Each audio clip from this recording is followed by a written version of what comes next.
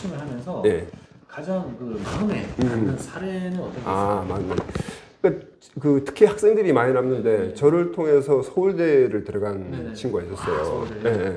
근데 그 친구가 보니까는 뭐 중학교까지도 공부를 잘했는데 고등학교 1학년 때 친구들하고 관계에서 뭐 왕따를 당하고 이렇게 되면서 완전히 손을 놔버렸어요. 어머머. 네, 놓아버렸어요. 네, 네, 완전 놔버렸어요. 이제 부모가 뭐 어떻게 방법이 없잖아요. 그래서 그 부모 남편의 친구가 이제 제가 아는 지인이라 저한테 소개를 왔거든요. 그러니까 이 친구가 노래도 잘하고 공부도 잘하는데 굉장히 어떤 그 뭐라 해야 되나 내향적이라고 해야 되나 이런 거였어요. 그래서 체면을 통해서 그렇게 걔하고 같이 노래방도 가고 이렇게 하면서 마지막에 이제 그 카이스트하고 서울대를 돼가지고 서울대학교 들어갔는데 그래서 이제 그 어머님이 또 저한테 또 그 이후에 체면을 배웠어요. 그 체면 효과를 알기 때문에. 그래서 애가 합격하고 나서 한테 이런 얘기 하더라고요.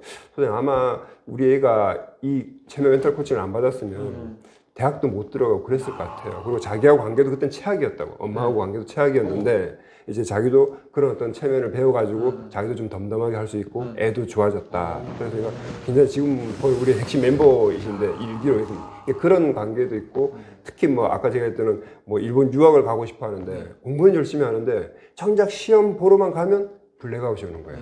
면접 가면 아무 생각도 안 나고. 그래서 그 전에도 일본 가서 면접을 봤는데 아무 생각도 안 들었다는 거예요. 그래서 그거를 저하고 11회를 하면서 그 다음에 딱 가가지고 아주 그냥 그 최고로 그 면접을 보고 나서 거기 합격해가지고 간 부분도 있고 또 아주 최악의 경우라고 하면 뭐 하여튼 그분의 삶은 정말 자살해도 되겠다는 느낌이 올 정도로 너무 그러니까 어렸을 때 6살 때부터 자살을 그때 말도 안 되는 소리잖아요. 근데 이제 그 어머님이 얘가 아들로 나왔어야 되는데 딸로 나오는 바람에 외할머니도 그렇고 엄마도 그렇고 너는 여기에 있으면 안 되는 애야 하고 그렇게 암시를 자꾸 줬던가 봐. 자기도 모르게 기억에 남는 거는 6살 때부터 그 차에 들어가서 자살하려고 했었다. 지금 이제 40대 후반인데도 뭐 양극성 정동장애, 공황장애 하여튼 우리가 알고 있는 모든 병에 다 걸리신 거예요. 근데 이제 체면을 통해 아직 다 낫지는 않았지만 체면을 통해서 내가 왜 그런 현상을 겪고 있는지 그 의미를 아는 거예요.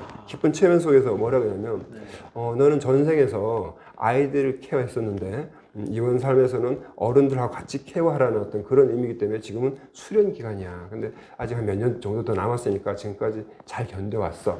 그러니까 조금만 더 견디면 돼.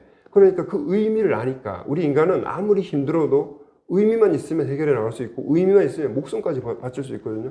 그 의미를 알고 나니까 힘들어도 그걸 이겨낼 수 있는 어떤 힘이 생기는 거죠. 그런 식으로. 그래서 그렇게 제가 지금 생각할 때 저한테 왔던 그런 모든 분들이 만약 저한테 오지 않았다고 하면 그 삶은 정말 피폐하고 그 쳇바퀴에서 빠져나오지 못했을 거다라는 생각을 해요. 그래서 이제 저도 자꾸 이제 이걸 제어를 넓히려고 하는 게 뭐냐면 제 혼자 하는 한계가 있잖아요. 그죠? 저 같은 이 능력은 이건 어떤 뭐 영적인 능력이 아니라 배워서 하는 능력이라 빨리 배워서 전국적으로 퍼지거나 전 세계적으로 퍼져서 내가 좀 힘들 때 아니면 내 아들이 힘들 때 마음 단단만 가면 해결이 될 수 있어.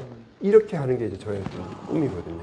네, 그래서 그런 어떤 사례들을 보면 아직까지는 제가 홍보를 많이 안 해서 뭐 그렇게 막 뭐 몇 개월씩 몰리고 이러진 않지만 그래 좀 요즘 많이 오고 계신데 홍보 좀 하고 하면 그 결과에 제가 자신이 있거든요. 저를 통해서 어떤 체면 멘탈 코칭을 통해서 인생이 바뀐 그 결과를 제가 딱 봤기 때문에 이거는 조금만 내가 좀 더 열심히 하면 사람들이 많이 몰리면서 또 우리가 그랬잖아요. 이제 그 자기 인생의 이제 첫 번째 삶을 끝내고 이제 뭔가 두 번 세컨 사업에서 뭘 하고자 하는 분들이 어떤 그 인문학적 책 읽고 좋아하는 이런 분들은 이 체면을 배워서 다른 사람한테 또 그렇게 어떤 또 좋은 선악영을 베푼다고 하면 제가 바라는 바기 때문에 그렇게 충분히 될 수 있을 거라고 생각이 들어요. 그렇군요. 예, 예. 여러분들도 이 장지역에 서울의 장지역에 있다 보니까요.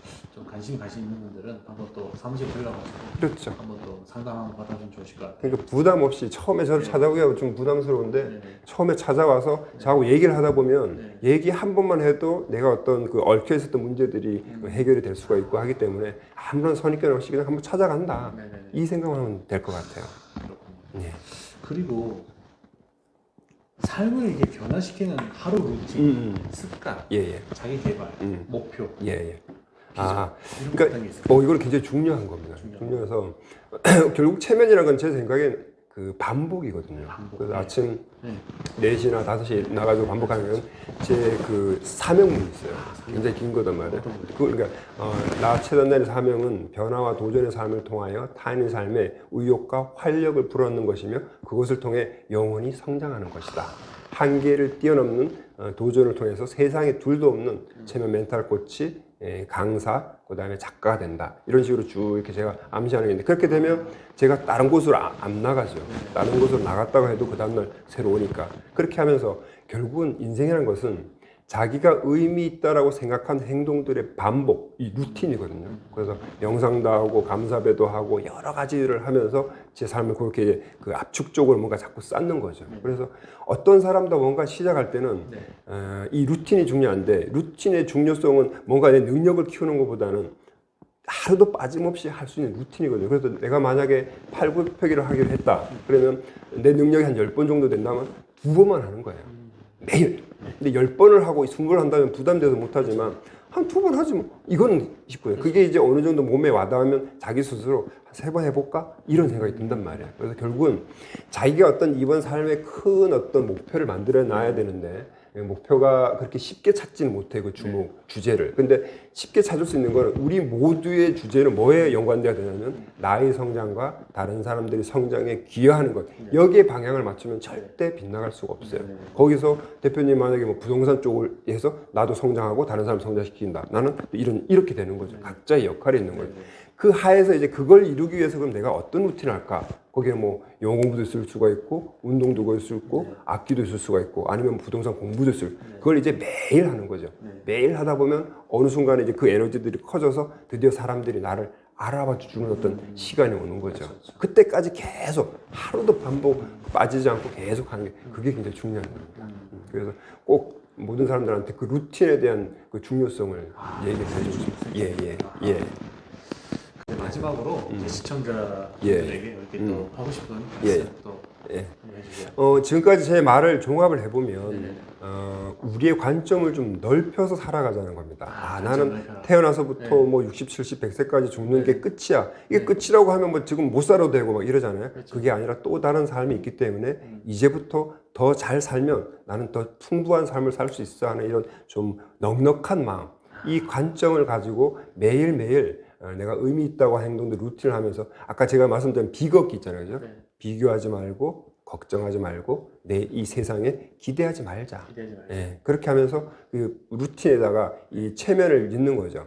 오늘 아침에 일어나가지고 누구를 만나서 어떤 일을 전달해서 그 사람이 성공하는 모습을 쭉 보면서 이게 계속 반복이 되면 뭐 코로나가 오든 뭐 오미크론이 오든 어떤 문제가 와도 내가 비록 뭔가 투자를 잘못해서 많은 돈을 잃어버렸다고 해도 그런 것들이 나를 어떤 일깨워주는 성장의 어떤 기회라고 생각하기 때문에 절대 슬퍼하거나 뭐 힘들 필요가 없이 어떻게 하면 내가 이걸 이겨낼 수 있을까 이런 생각을 한다고요. 그렇게 되면 내 인생은 좀 더 풍부해지는 거죠. 그러니까 어떤 상황에서도 안 될 거란 생각할 필요가 없어요. 왜? 어차피 안 될 건 안 된 거니까. 그 알렉스 호놀드라는 분이 있는데 그분이 프리솔로라는 어떤 이 1kg 되는 암벽을 아무런 안전장구도 없이 올라가요. 그분한테 물었어요, 기자가. 아니, 떨어지면 어떡합니까? 그러니까 이분이 자기는 단 1%도 떨어진다는 생각을 안 하는데 왜? 떨어지면 죽기 때문에 차라리 그 시간에 어떻게 하면 빨리 올라갈까 이 생각을 한다는 거죠. 우리도 살면서 나 이거 실패하면 어떡할까? 그럴 필요가 없다라는 거죠. 어차피 안 될 건 안 되는 거예요. 근데 그 안 된다는 게 나쁜 것도 아니고 좋은 것도 아니고 그냥 그 현상으로 받아들이면 되는데 미리 저거 안 될까? 저거 될까? 이게 아니라 그냥 자기가 하고자 하는 거기에 계속 목표를 두는 거예요. 오늘 내가 이거 하기로 했지? 이 사람 만나기로 했지?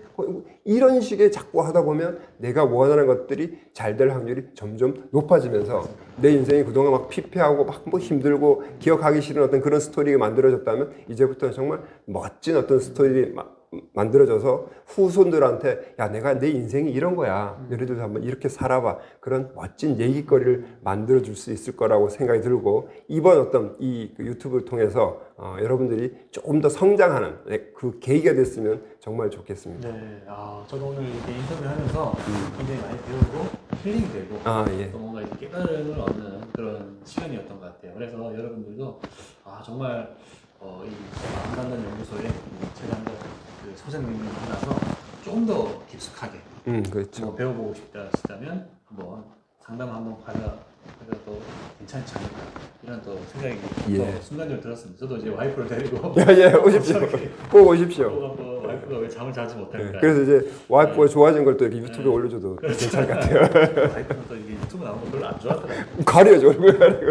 이 선글라스 끼고 마스크 끼고 이렇게 예. 네, 실제 체험자 이렇게 그렇죠, 그렇게 되죠. 예, 알겠습니다. 네, 예. 나와주셔서 정말 감사드립니다. 예, 고맙습니다. 고맙습니다.